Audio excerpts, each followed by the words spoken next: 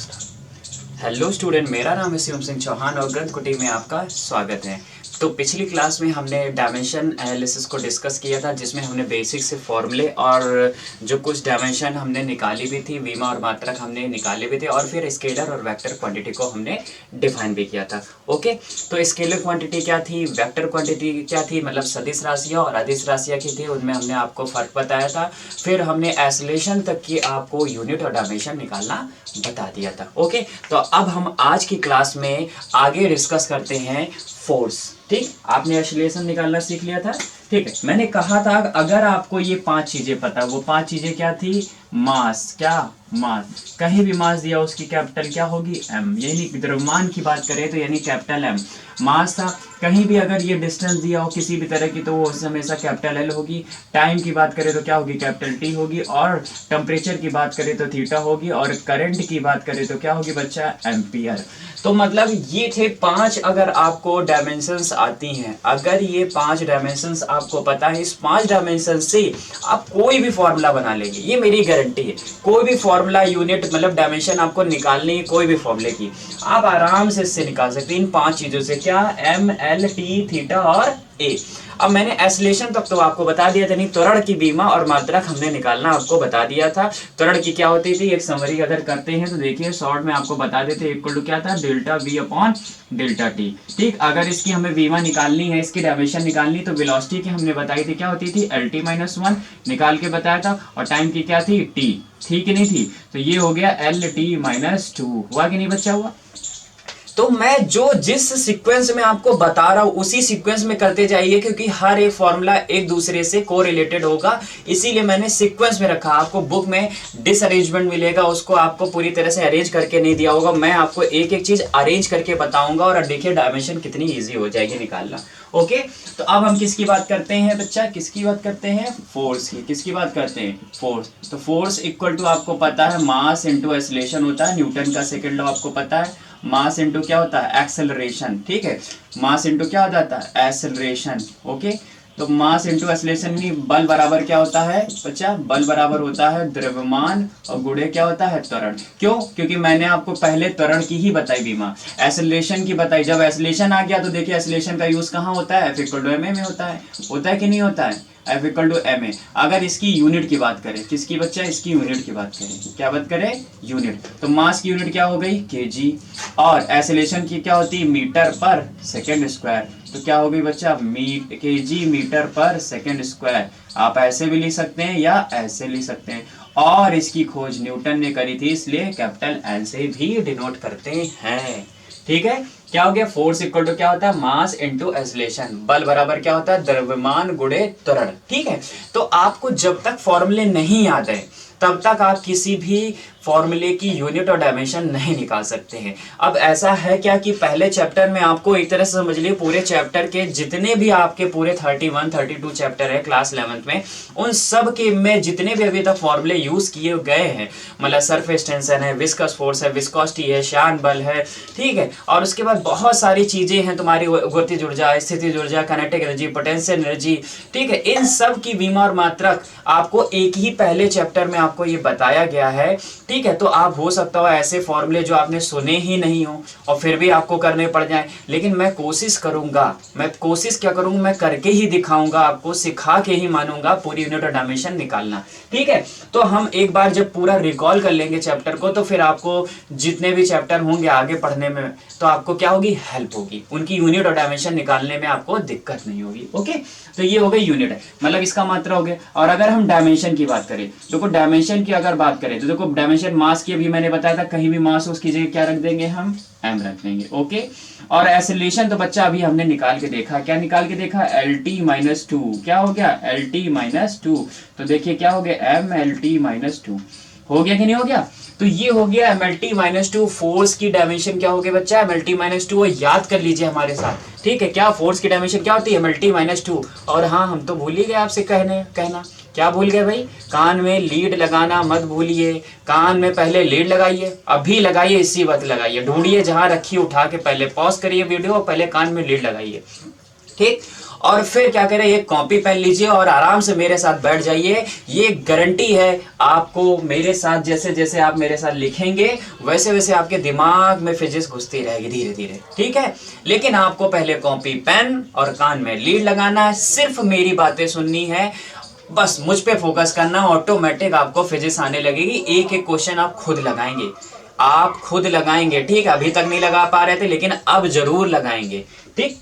चलिए, तो ये फोर्स और ये हो गई, उसके फोर्स की यूनिट और डायमेंशन हो गई कि नहीं हो गई, समझ में आया कि नहीं। क्या करेंगे, force equal to mass into acceleration होता कि नहीं। मास की क्या होगी, कैपिटल एम होती है, ठीक है। देखिए कैपिटल एम, और एक्सेलरेशन की मैंने इसीलिए पहले निकाल के बताई है। एक्सेलरेशन की क्या होती है बच्चा, त्वरण की विमा क्या होती है, एल टी माइनस टू। त्वरण की क्या होती है, एल टी माइनस टू, और यहाँ रख देंगे तो क्या हो जाएगा, M L T minus two. तो कहीं भी बल का मात्रक आपसे पूछ लिया जाए तो क्या बताएंगे, M L T minus two. अब बच्चा वर्क अब क्या हो गया, फोर्स आ गया, तो क्या निकाल सकते हैं, वर्क, क्योंकि वर्क बराबर फोर्स इंटू डिस्प्लेसमेंट होता कि नहीं होता, क्योंकि वर्क के ही फॉर्मूले में यूज होता है फोर्स इनटू डिस्प्लेसमेंट। तो आप डिस्प्लेसमेंट की विमा जानते हैं क्या होती है, मीटर हो जाएगी, यानी एल यानी मात्रक मीटर हो गया, यानी यूनिट मीटर हो गई, और क्या हो गया, डायमेंशन हो गई आपकी एल। और फोर्स की यूनिट भी पता है आपको, न्यूटन होती। तो आप क्या नहीं निकाल सकते, इसीलिए मैंने कहा कि हर एक पहले वाले फॉर्मूले का रिलेशन बाद वाले फॉर्मूले से जरूर होगा।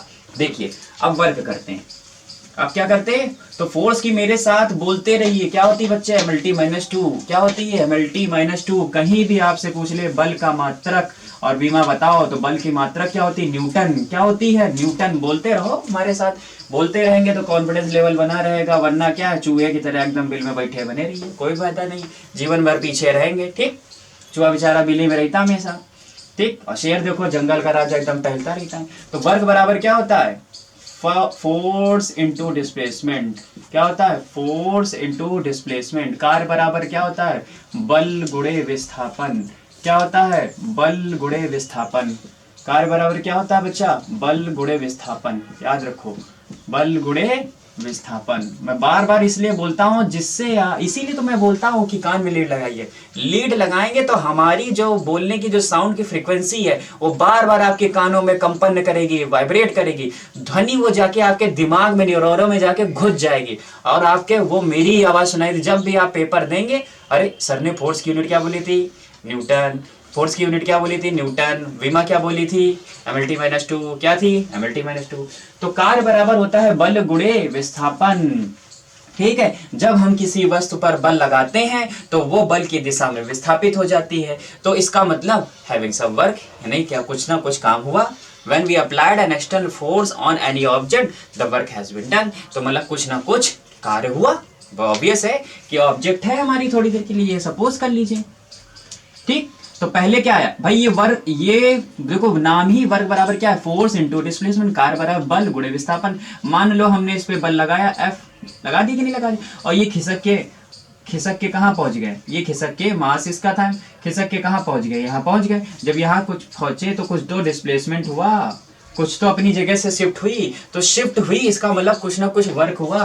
तो यही वर्क जो है ये फोर्स इनटू डिस्प्लेसमेंट, ये फोर्स और डिस्प्लेसमेंट दोनों को प्रोडक्ट के ही बराबर हो गया।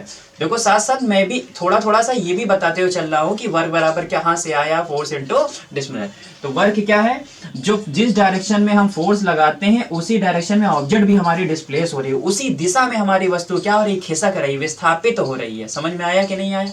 तो कार्य क्या है, बल गुणे विस्थापन, मतलब बल की दिशा में जो विस्थापन हो रहा है वो डायरेक्शन, इसीलिए वो दूरी ली जाती है जिससे, ठीक है।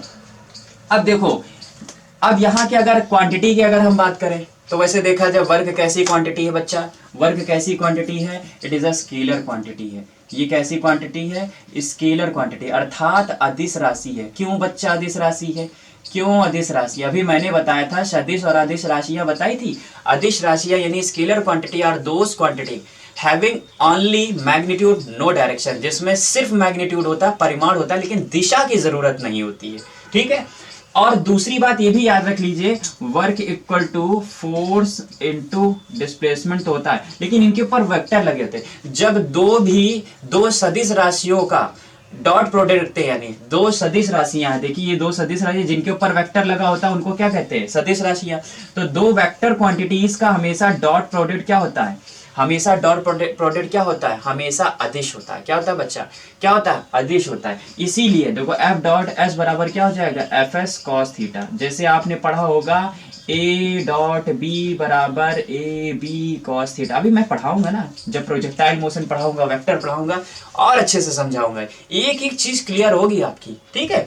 तो बस इतना जानिए, वर्क क्या है यहाँ पर, वर्क है, देखिए साइन हट गया वेक्टर, जैसे ही कॉस थीटा है यहाँ पर क्या हो गया, यहाँ पर क्या हट गया, वेक्टर साइन हट गया। इसीलिए ये कैसी राशि है, अदिश राशि है। जहां पे कॉस थीटा दिख जाए ना, जहां कॉस दिख जाए, ऐसे समझ लीजिए अदिश राशि है, वो क्या है, अदिश राशि, वो स्केलर क्वांटिटी। और जहां पे साइन दिख जाएगा वहां पर वो क्या हो जाएगी, वेक्टर क्वांटिटी हो जाएगी। क्या हो जाएगी, वेक्टर क्वांटिटी हो जाएगी। चलिए अब हम इसकी यूनिट और डायमेंशन निकालते हैं, ठीक है।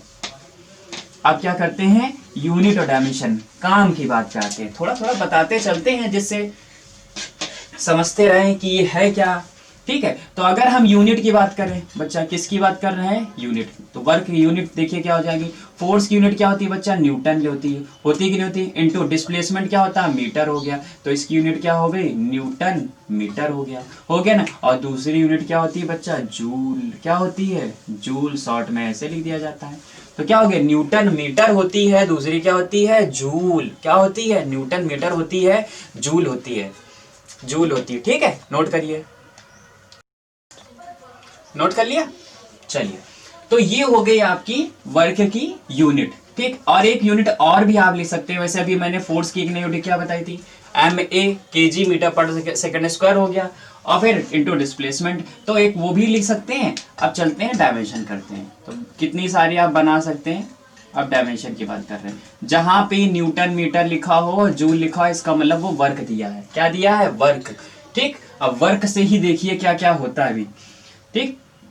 चलिए, फोर्स की क्या हो गई हमारी, M L T minus two होती कि नहीं, अभी मैं उतनी देर से चिल्ला रहा था कि M L T minus two, force की बीमा क्या होती है, डायमेंशन क्या होती है, M L T minus two, क्या होती है, M L T minus two. और डिस्टेंस की क्या हो गई, एल। डिस्टेंस क्या, एक डिस्प्लेसमेंट है, जो भी चीज मीटर में मेजर करेंगे वो ऑब्वियस है, उसकी क्या होगी, डायमेंशन एल ही होगी। तो यहाँ लिख दिए, देखिए एल दो बार हो गया तो कितना हो गया, M L square T minus two, क्या हो गया, M L square T minus two, क्या हो गया, M L square T minus two. तो वर्क की यूनिट क्या होती है, जूल, न्यूटन मीटर, और उसकी डायमेंशन क्या होती है, M L square T minus two. दुनिया का कोई भी वर्क हो, दुनिया का कोई भी कार्य हो, और कोई भी ऊर्जा हो, ठीक, एक चीज लिख लीजिए यहाँ पे, कोई भी वर्क हो, किसी भी तरह की एनर्जी हो, चाहे वो काइनेटिक एनर्जी हो, चाहे वो पोटेंशियल एनर्जी हो, चाहे वो स्प्रिंग एनर्जी हो, एनीथिंग, कोई टाइप की वो एनर्जी हो किसी तरह की, ठीक है। और कोई भी वर्क हो, और एक और लिख दीजिए, टॉर्क, क्या लिख देंगे, टॉर्क। इन सब की जो डायमेंशन होती है बच्चा, वो क्या होती है, M L square T minus two होती है। ये याद कर लो, ठीक है। देखिए एक साथ 1 2 3 4 5 6, 6 याद हो गए, तो 6 डायमेंशन एक साथ हो गई।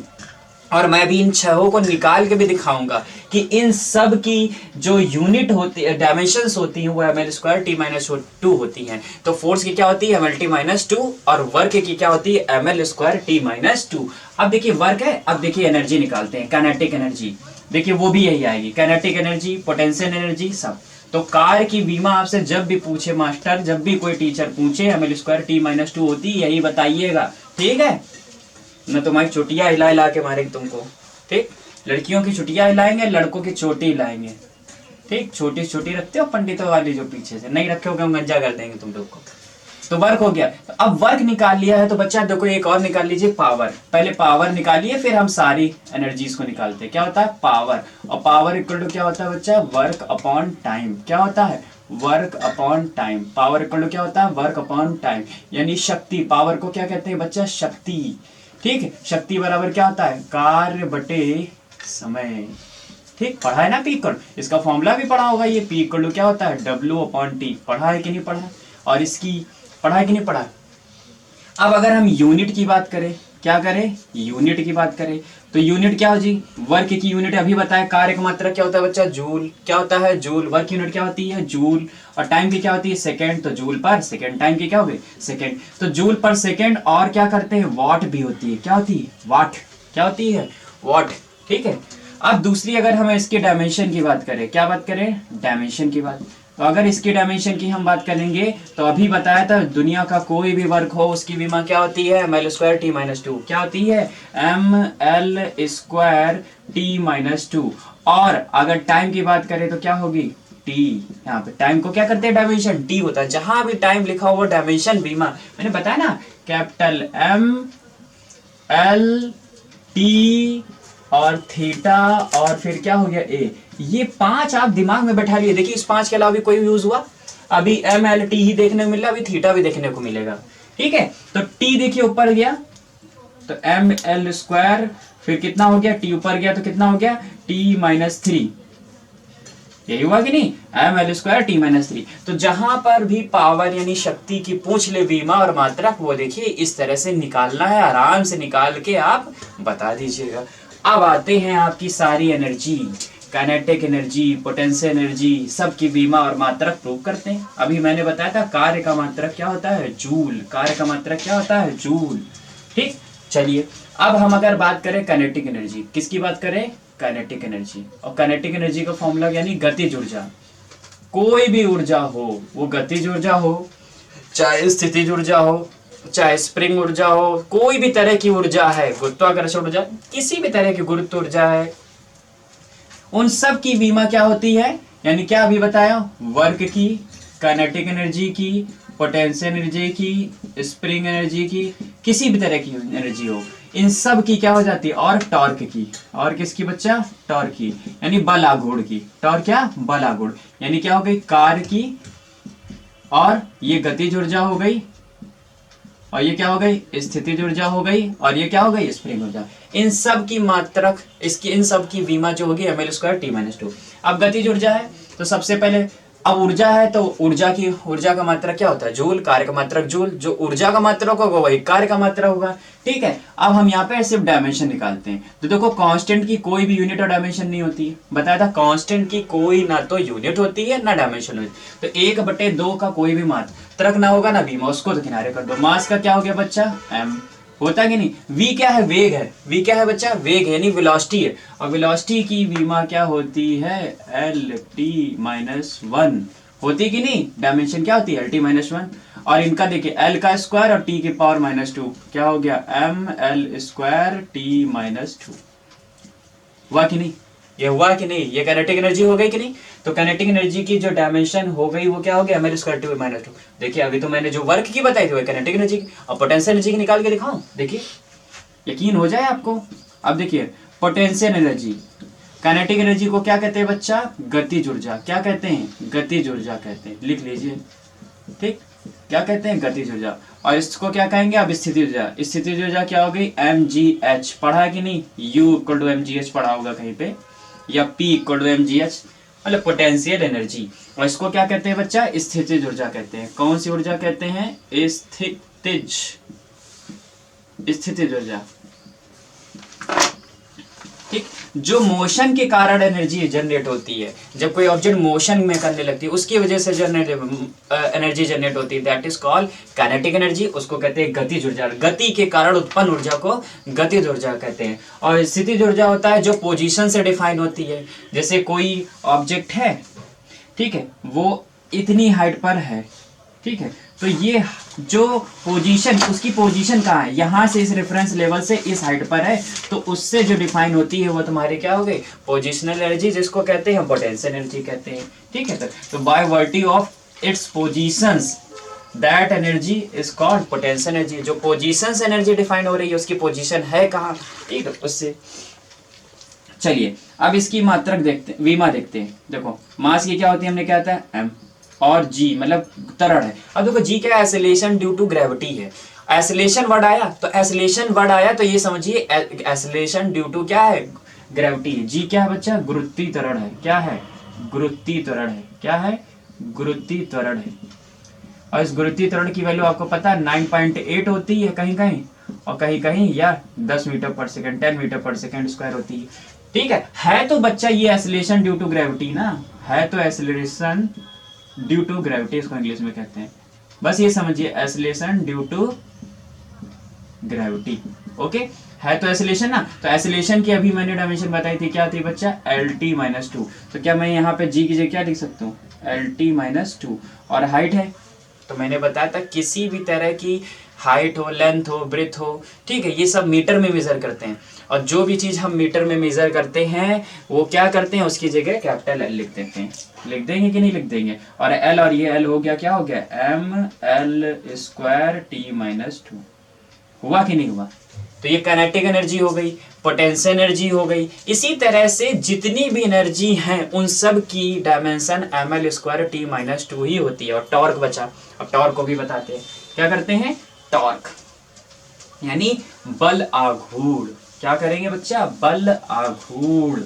बल आघूर्ण की हम लोग बीमा निकालेंगे। क्या करेंगे? बल आघूर्ण।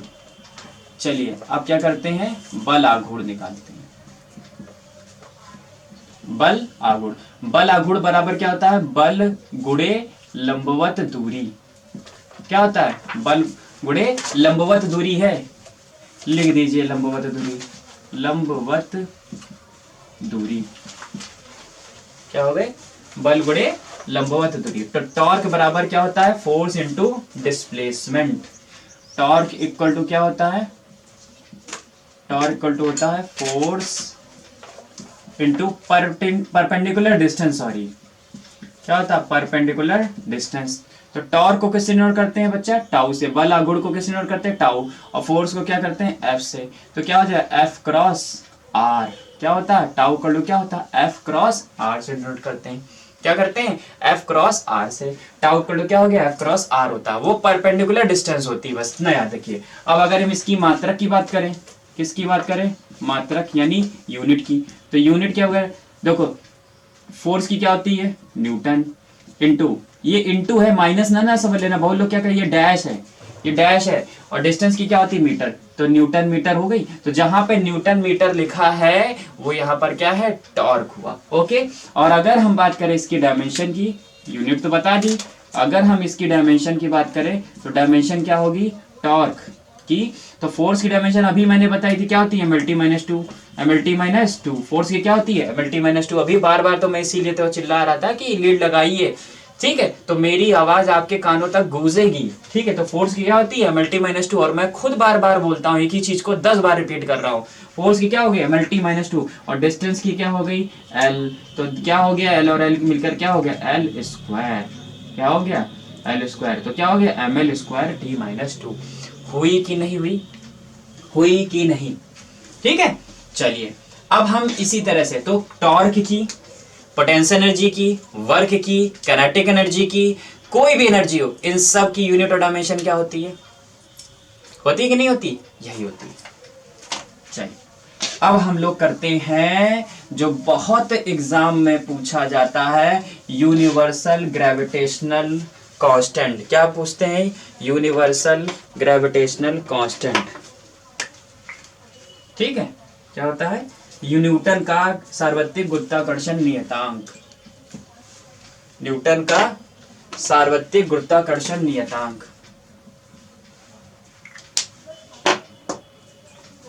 चलो ठीक है, तो अब हम क्या करते हैं? न्यूटन का बहुत पूछा जाता है, कैपिटल जी जिसको कहते हैं, न्यूटन का सार्वत्रिक, सार्वत्रिक, सार्वत्रिक मतलब सर्वत्र, ठीक, मतलब त्रिक। अब इसे समझ लो, तीनों लोक, मतलब कहीं पहुंच जाओ, मतलब ब्रह्मांड के किसी कोने में हम हैं तो इस कैपिटल जी की वैल्यू नहीं बदलती, इसीलिए बोला सार्वत्रिक, सर्वत्र मतलब हर जगह इस कैपिटल जी की वैल्यू नहीं बदलती है। तो उसकी कहा है, न्यूटन ने निकाली थी जो यूनिट और डायमेंशन, वो हम लोग यहाँ पे पढ़ेंगे। न्यूटन का सार्वत्रिक गुरुत्वाकर्षण नियतांक क्या हो जाएगा? न्यूटन का सार्वत्रिक गुरुत्वाकर्षण नियतांक। कितना लंबा नाम है देखिए, और कितना छोटा सा दिया पे दूसरा देखो, कैपिटल जी। तो क्या हो जाएगा? यहाँ पे हो जाएगा universal, universal gravitational, universal gravitational constant की जो हमारे निकालना है यूनिट एंड डायमेंशन, मात्रक और क्या निकालना है बच्चा? बीमा निकालना है। ओके, चलिए, तो इस मतलब न्यूटन का जो सार्वत्रिक गुरुत्वाकर्षण नियतांक, जिसको हमने क्या कहा? Capital G. इस कैपिटल और जी का मात्रक और बीमा निकालना है, ठीक है। तो ये कैपिटल जी सबसे पहले मैंने कहा था कोई भी चीज यूनिट और डायमेंशन निकालने सबसे पहले उसका फॉर्मूला पता होना चाहिए। अगर आपको फॉर्मूला नहीं पता है तो आप कैसे निकालेंगे? तो पहले उसके फॉर्मूले पे जाइए। तो ये मिलेगा कहाँ, आप याद रखिए। तो वैसे आपने पढ़ा था, ये पढ़ा था कि नहीं पढ़ा? F इक्वल टू होता था capital G m1 m2 upon R square. पढ़ा है कि नहीं पढ़ा है? ये क्लास 9th या 10th में आपने कहीं पढ़ा है कि नहीं पढ़ा, ये बताइए। पढ़ा है तो ऑटोमेटिक यहां से आप निकाल लेंगे, क्योंकि दो बॉडी के बीच में, कोई भी दो बॉडी है, एक का मास m1 है, दूसरी बॉडी का मास m2 है, और दोनों एक दूसरे से कितने मीटर के डिस्टेंस पे है? r मीटर की डिस्टेंस पे। तो उनके बीच में फोर्स ऑफ अट्रैक्शन काम करता है, एक ग्रेविटेशनल फोर्स काम करता है। जो ग्रेविटेशनल फोर्स होता है, मतलब जो गुरुत्वाकर्षण बल होता है, मतलब ब्रह्मांड में किन्हीं दो पिंडों के मध्य लगने वाले बल को, मतलब ब्रह्मांड के किसी भी कोने में, ठीक है, दो पिंडों के मध्य लगने वाले बल को, जो एक दूसरे से कितने मीटर की दूरी पर हो बच्चा? r मीटर की दूरी। एक का मास m1 मान लो, दूसरे का मास m2 मान लो, और उनको r मीटर की दूरी पे रखा जाता है, तो उनके मध्य गुरुत्वाकर्षण बल कार्य करता है। दोनों क्या होते हैं? गुरुत्वाकर्षण बल कार्य करता है दोनों के मध्य। और ये गुरुत्वाकर्षण बल जो होता है दो बातों पर निर्भर करता है। पहला कि उन दोनों के मास के, मतलब उन दोनों द्रव्यमानों के गुणनफल के क्या होता है? समानुपाती होता है। It is directly proportional to mass m1 into m2। अभी आज मैं ये भी बताऊंगा कि ये डायरेक्टली प्रोपोर्शनल और इनवर्सली प्रोपोर्शनल का भी मतलब क्या है। वही पापा मम्मी वाला रिलेशन, जिसने भी मुझसे पढ़ा उसको पता है, पापा मम्मी वाला रिलेशन, ठीक। पापा मम्मी कैसे तो वह भी कूटेंगे, देखो। तो f इज डायरेक्टली प्रोपोर्शनल क्या होता है? m1 into m2। और इनवर्सली प्रोपोर्शनल टू क्या होता है? स्क्वायर ऑफ डिस्टेंस, ठीक है। And inversely proportional to square of distance between them. दोनों पिंडों के बीच की दूरी के वर्ग के, दोनों पिंडों की बीच की दूरी r के यानी वर्ग के व्युत्क्रमानुपाती होता है। कौन? ये बल। अब ये जब दोनों इक्वेशन को सर आपके कंबाइन करते हैं, क्या करते हैं? कंबाइन करेंगे, तो यहाँ पर क्या आ जाएगा? m1 m2 अपॉन का क्या आ जाएगा बच्चा? r square. और जब हटता है, इतिहास गवाह है, डायरेक्ट क्या हटता है? Directly proportional. जब प्रोपोर्शनलिटी का साइन हटता है, एक नया कांस्टेंट आ जाता है, इसी को यहाँ नाम दिया कैपिटल G m1 m2